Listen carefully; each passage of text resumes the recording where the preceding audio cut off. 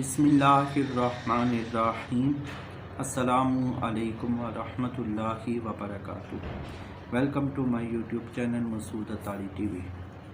مسعود Attari TV کی جانب سے آج آپ دوستوں کی بارگاہ میں نیک لوگوں کی صحبت میں بیٹھنے کے حوالے سے کچھ باتیں شیئر کروں گا۔ اللہ تبارک و تعالیٰ نے قرآن مجید میں پارہ 11 سورہ توبہ آیت نمبر 119 میں ارشاد فرمایا، یا ایھا الذین آمنوا اتقوا اللہ وکونوا مع الصادقین۔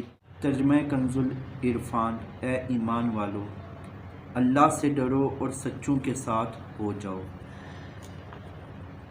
اس آیت مبارکہ سے نیک لوگوں کی صحبت میں بیٹھنے کا ثبوت ملتا ہے۔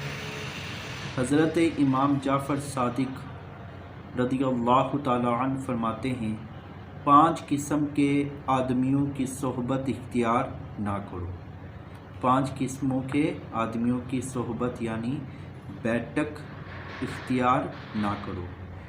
نمبر 1، بہت جھوٹ بولنے والا شخص، کیونکہ تم اس سے دھوکہ کھاؤ گے۔ وہ سراب یعنی صحرا میں پانی نظر آنے والی ریت کی طرح ہے، وہ دور والے کو تیرے قریب کر دے گا اور قریب والے کو دور کر دے گا۔ نمبر 2، بے وقوف آدمی، کیونکہ اس سے تمہیں کچھ بھی حاصل نہ ہوگا۔ وہ تمہیں نفع پہنچانا چاہے گا لیکن نقصان پہنچا بیٹھے گا۔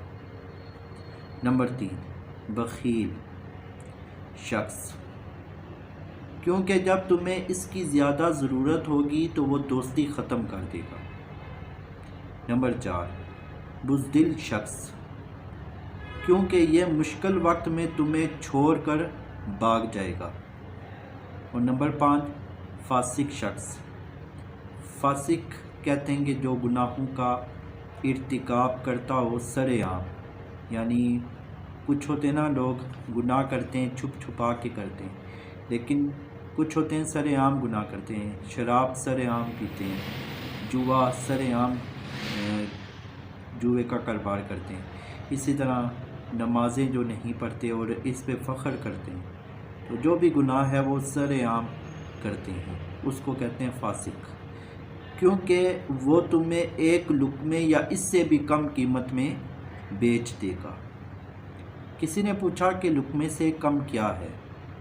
آپ رضی اللہ تعالی عنہ نے فرمایا، لالچ رکھنا اور اسے نہ پانا۔ تو پیارے دوستو،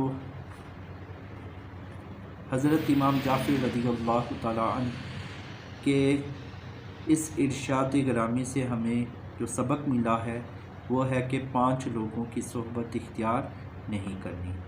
تو 5 لوگ، وہ جھوٹ بولنے والا اور بے وقوف آدمی، پھر بخیل شخص، بخل کرنے والا، اس کے بعد آتا ہے بزدل شخص اور آخر میں آتا ہے فاسق شخص۔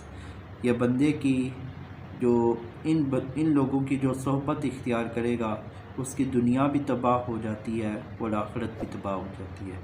اللہ تبارک و تعالیٰ سے دعا کہ ہمیں نیکوں کی صحبت اختیار کرنے کی توفیق عطا فرمائے۔ صلو علی الحبیب صلی اللہ تعالی علی محمد۔